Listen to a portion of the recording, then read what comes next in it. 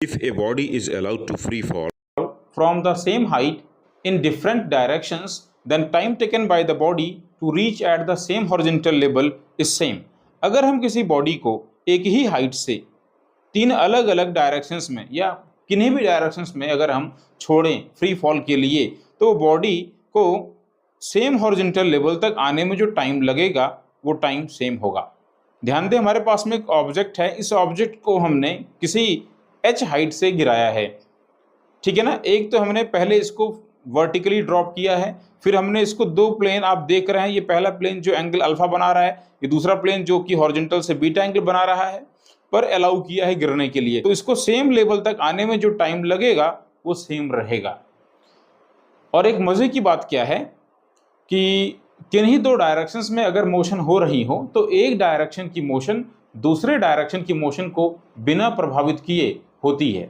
इसे कहते हैं principle of the mutual independence of the direction of the motion. So बच्चों, इसी पर एक बेस्ड क्वेश्चन हमारे पास में है मोशन अंडर ग्रेविटी का। मोशन इन वन डायमेंशन से क्वेश्चन ले रहे हैं। IIT-JEE नीट में काफ़ी पॉपुलर क्वेश्चन ये बना हुआ है और अभी तक ये 2-3 बार रिपीट हो चुका है। ऐसे ही क्वेश्चंस एग्जाम में रिपीट हुए हैं। देखिए जरा ये क्वेश्चन कहना क्या चाहता है। A frictionless wire AB is fixed on a sphere of radius capital R. Now a very small spherical ball slips on this wire AB. The time taken by this ball to slip from point A to B is. आपको बताना है कि हमारे पास में एक sphere है, उस sphere के अंदर में एक वायर है AB जो आप देख पा रहे हैं। ये जो वायर हमारा AB है आप देख पा रहे हैं, इस तरीके से लगा हुआ है। इस वायर के सहारे एक छोटा सा बिट्स है जो सरक रहा है, स्लिप कर रहा है। यहाँ पर वायर AB पर कोई फ्रिक्शन वगैरह नहीं है, मतलब कोई अदर एक्सेलरेशन आने वाला नहीं है एक्सेप्ट द ग्रेविटेशनल एक्सेलरेशन।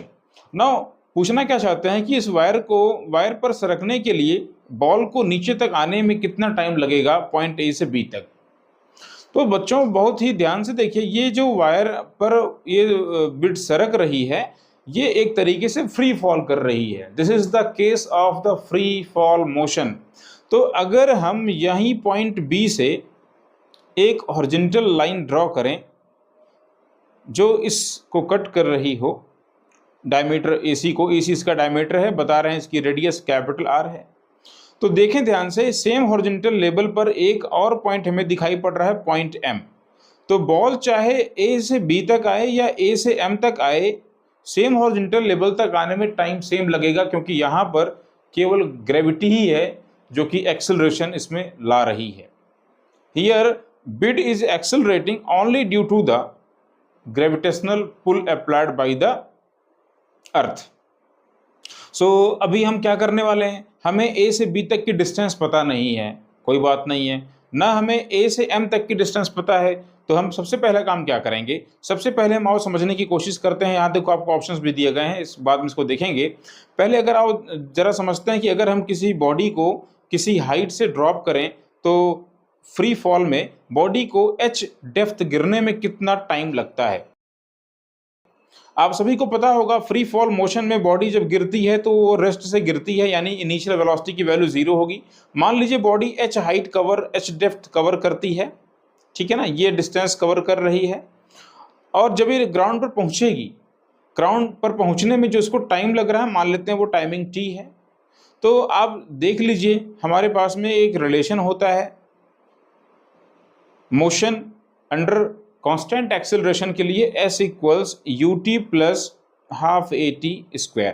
अब चूंकि बॉडी फ्री फॉल कर रही है तो u की वैल्यू तो 0 है, 0 इंटू t मतलब 0 ही होगा, प्लस ये मोशन अंडर ग्रेविटी है तो एक्सेलरेशन तो g है भाई। वर्टिकली डाउन जो है, जो एक्सेलरेशन है वो ग्रेविटी की वजह से, जो कि स्मॉल g है, यहाँ कर देते हैं t²। बॉडी कितनी हाइट गिर रही है तो बोलेंगे h, यानी s की वैल्यू h। तो ये जो t² है ये बेसिकली 2 टाइम्स ऑफ h/g के इक्वल है, या time taken to reach at the depth small h is √2h/g। बच्चों कोई भी बॉडी जब फ्री फॉल करती है तो उसको h डेप्थ गिरने में कितना टाइम लगता है, 2h/g। अब अगर हमें ये हाइट या डेप्थ मालूम हो जितनी बॉडी फ्री फॉल करने वाली है तो उसका हम टाइम निकाल सकते हैं।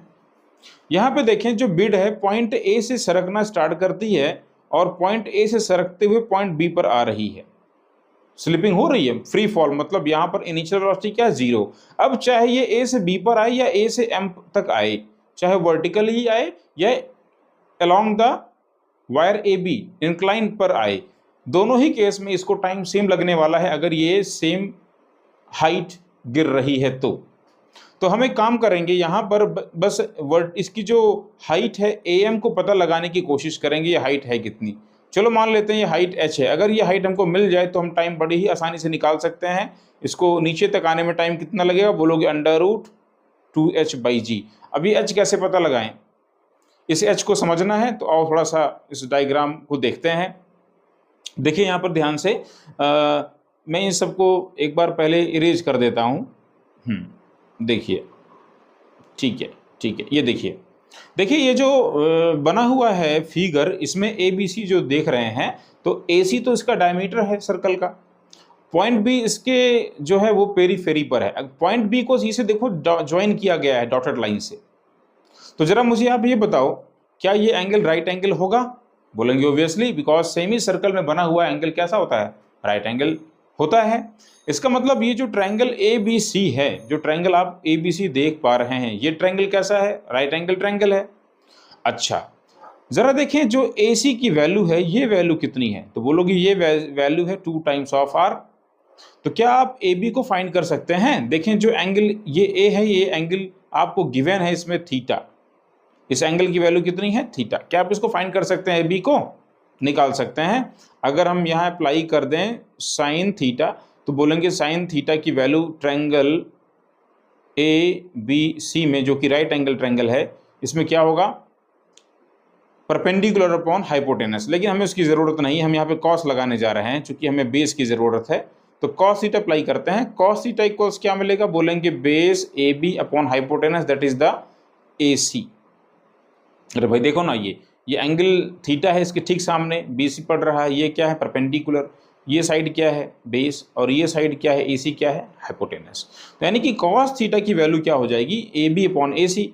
तो क्या आप ए बी की वैल्यू को फाइंड कर सकते हैं, निकाल सकते हैं? ये हो जाएगा ए सी कॉस थीटा, यानी ये हो जाएगा 2 times of R cos theta, क्योंकि जो डायमीटर होता है वो रेडियस का डबल होता है। चलिए, एक मज़े की बात, हमें ए बी की वैल्यू मिल गई। इस ए बी की वैल्यू कितनी है, तो इस ए बी की वैल्यू है 2r cos थीटा। अब देखिए, हमने यहीं से एक हॉरिजॉन्टल लाइन ड्रॉ करी थी जो इस डायमीटर को किसी पॉइंट एम पर कट कर रही थी। पॉइंट ए जहां से फ्री फॉल कराया गया है, वहां से पॉइंट एम तक की जो डिस्टेंस है, ये डिस्टेंस हमें चाहिए, क्योंकि यही हमारी हाइट h है, जितनी बॉडी ये फॉल कर रही है। तो क्या इसको निकाल सकते हैं? निकाल सकते हैं। हमने यहाँ से एक लाइन ड्रॉ करी है हॉरिजॉन्टल, ये देखिए फिर से यहाँ पर एक राइट एंगल ट्रायंगल बन रहा है।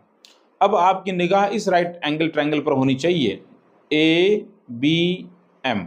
इसको ध्यान से देखिए, ये एक राइट एंगल ट्रायंगल है, इसमें एंगल ए हमारा थीटा है और ए बी की वैल्यू हमें मालूम है। तो क्या हम ए एम की वैल्यू को फाइंड कर सकते हैं? बड़ी ही आसानी से निकाल सकते हैं। अगेन आते हैं, in the right angle triangle A B M, अगर मैं यहाँ पर फिर से लगाऊं कॉस थीटा, तो जरा देखिए हमें क्या मिलेगा। एंगल थीटा के लिए बेस क्या होगा, ए एम, और hypotenuse side opposite to right angle, यानी कि ए बी। सो ये हमें क्या मिलने वाला है, A M upon A B. और जैसा कि हम जानते हैं कि ए बी की वैल्यू हमें मालूम है, तो हम ए एम को लिखना चाहते हैं। क्या लिखेंगे इसको लिखेंगे A B cos theta. Further A B equals 2 times of R cos theta into cos theta. तो बेटा ये क्या होने वाला है, ये हो जाएगा 2 times of R cos square theta. This is the value of A M, ये ए एम की वैल्यू हो जाएगी। प्यारे बच्चों, ए एम कुछ और नहीं बल्कि वही हाइट है जो हमें पता लगानी थी। ये हाइट जो डेप्थ बॉडी नीचे की तरफ आ रही है, बार बार मैं हाइट बोल रहा हूँ, बुरा मत मानिएगा। बॉडी जब नीचे गिरेगी तो उसे डेप्थ बोला जाएगा। तो बॉडी जितनी डेप्थ नीचे गिर रही है फ्री फॉल मोशन करते समय, वो एच कितना है, वो है 2r cos स्क्वायर थीटा। तो क्या आप टाइम को निकाल सकते हैं? Yes. Now time taken in the free fall to covering the distance small h T equals under root 2h by g equals under root 2 times of h की value कितनी है, तो ये वैल्यू है 2 और cos square theta upon g. 2 से 2 बनेगा 4, उसका रूट्स बाहर आ जाएगा 2, कॉस स्क्वायर थीटा से कॉस थीटा बाहर आ जाएगा रूट से, ये क्या हो जाएगा अंडर रूट r बाई जी। यही आपका आंसर है।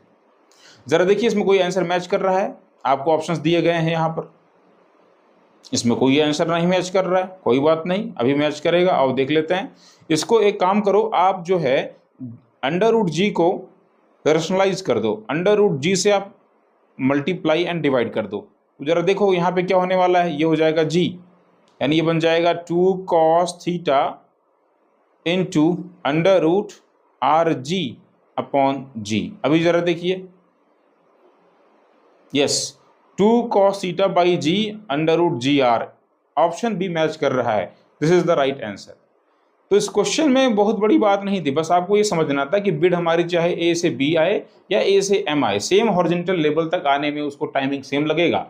Always keep in mind, if a body is allowed to free fall from the same height in different directions, then it will take the same time to reach at the same horizontal level.